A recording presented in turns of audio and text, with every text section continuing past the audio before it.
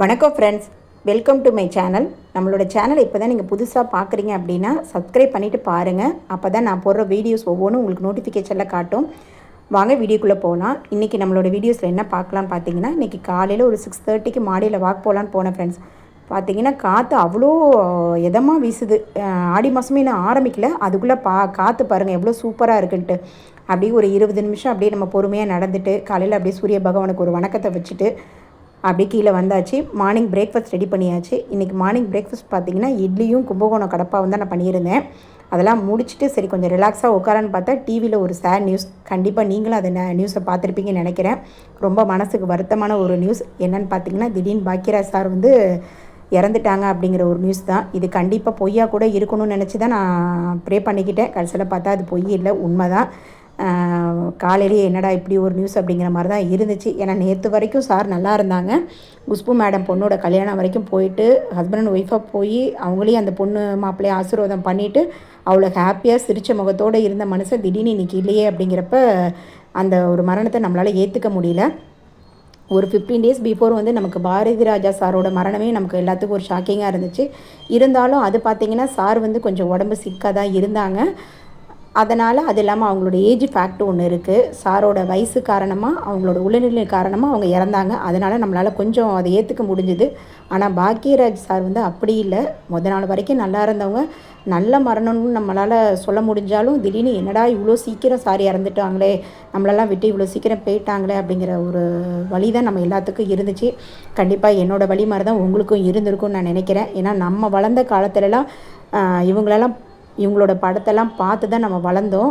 இவங்கெல்லாம் பெரிய லெஜெண்ட். நம்ம சொல்லவே முடியாது. இவங்களுக்கெல்லாம் வார்த்தைகளை நம்ம திருப்பி புதுசாக தான் கண்டுபிடிக்கணும். பாரதி ராஜா சாராக இருக்கட்டும், பாக்கியராஜ் சாராக இருக்கட்டும், இளையராஜா சார், இந்த 3 ராஜாங்கிற ஒரு பேர் கொண்டவங்க எல்லாமே பெரிய பெரிய லெஜெண்ட்டு. அதுக்கு அடுத்தது பார்த்திங்கன்னா எஸ்பிபி சாரோட வாய்ஸ்க்கு நம்ம அடிமை. அப்புறம் விசு சாரோட படம் எல்லாமே ரொம்ப ரசித்து பார்த்த தருணங்கள் தான் நமக்கு இருக்குது. ஏன்னா நம்மளோட மெமரிஸை திரும்பி பார்த்தோன்னா இவங்களோட படத்தெல்லாம் நம்ம கடந்து தான் நம்ம வந்திருப்போம். இவங்களோட படம் எல்லாம் பார்த்திங்கன்னா நம்மளோட ஃபேமிலியோடு அப்படியே கனெக்ட் ஆன மாதிரியே இருக்கும். நம்மளோட ஃபேமிலியோடு அப்படியே மிங்கிளான மாதிரியே இருக்கும். விசு சாரோட படத்தெல்லாம் எடுத்துக்கிட்டிங்கன்னா ஒரு ஃபேமிலியில் என்ன நடக்குது அப்படிங்கிறத அப்படியே தத்ரூபமாக நமக்கு படத்தில் காட்டியிருப்பாங்க. ஓகே, ஒரு ஃபேமிலினா இப்படி தான் இருக்குமோ அப்படிங்கிற மாதிரிலாம் நம்ம அதை பார்த்து கற்றுக்கிட்ட இதெல்லாம் இருக்குது.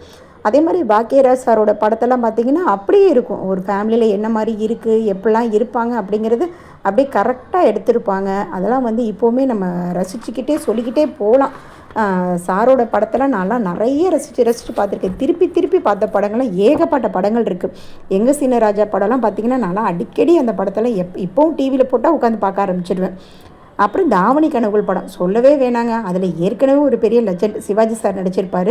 அவருக்கு ஈக்குவலாக பாக்கியராஜ் சார் அந்த 5 தங்கச்சிங்களுக்கு 5 தங்கச்சி 4 தங்கச்சியும் நினைக்கிறேன். அதில் ஒரு மூவிக்கு போவாங்க. அது கொஞ்சம் ஒரு மாதிரி சங்கடமான ஒரு தருணம் தான். இருந்தாலும் அந்த சங்கடமான தருணத்தை எந்த அளவுக்கு சார் ஹேண்டில் பண்ணியிருப்பாங்க இப்போ வரைக்கும் அதை நம்ம ரசிக்கலாங்க. அந்த மாதிரி ஒரு டேரக்டர்லாம் சும்மா லெஜெண்ட்ரி தாங்க அவங்களாம். அவ்வளோ ஒரு ரசித்து சொல்கிறேன் பாருங்களேன். என்னோடய வார்த்தைகளே உங்களுக்கு தெரியும் சாரை எந்த அளவுக்கு நம்மளாம் ரசித்து நேசித்து பார்த்துருக்கோம் அப்படிங்கிறது. இப்படி எட்டி இருக்க நம்மளாலேயே இதை ஏற்றுக்க முடியலையே, பக்கத்துலேயே கூடவே வாழ்ந்தவங்களாம் எந்த அளவுக்கு மனசு வருத்தப்படுவாங்க. கண்டிப்பாக இது எல்லாத்துக்குமே இன்றைக்கி ஒரு கஷ்டமான ஒரு நாள் தாங்க. நான் திருப்பி கூட யோசித்து பார்ப்பேன், இது ஒரு கனவாக இருக்கக்கூடாதா அப்படின்னு சொல்லிட்டு. முந்தானை முடிச்ச படம்லாம் சொல்லவே வேணாங்க. எத்தனையோ தடவை அந்த படம்லாம் பார்த்தாச்சுங்க. அதெல்லாம் வார்த்தைகளே இல்லை. எத்தனை தடவை பார்த்தோம்லாம் நம்ம கனெக்ட் பண்ணிலாம் சொல்ல முடியாது. அந்த மாதிரி ஆறாரோ அந்த படத்தை பற்றி சொல்லவே வேண்டாங்க. அதில் இருக்க அந்த காமெடி சீன்ஸ்லாம் இப்போ வரைக்கும் அல்டிமேட் காமெடின்னு கூட சொல்லலாங்க. பானுப்பிரியா மேடத்து கூட சார் பண்ண லூட்டியெல்லாம் அவ்வளோ நல்லா இருக்குங்க, ரசித்து பார்க்கலாங்க.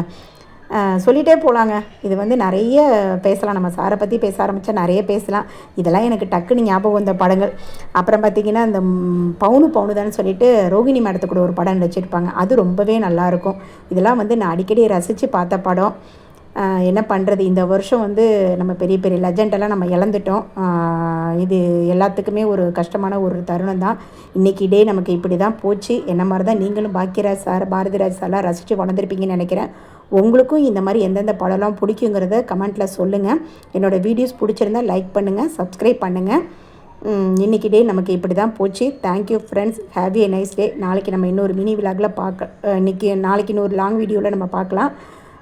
என்ன சொல்கிறது, சாரை பற்றி பேசுகிறப்ப அப்படியே ஸ்கிப் ஆகிடுச்சு, நமக்கு வாய்ஸ்லாம் ஸ்கிப் ஆகுது. நைட்டு வந்து அப்படியே பச்சை பயிரை ஊற வச்சுட்டு இன்றைக்கி டே அப்படியே முடிஞ்சிருச்சு. Thank you friends, have a nice day. Subscribe பண்ணிவிட்டு நம்ம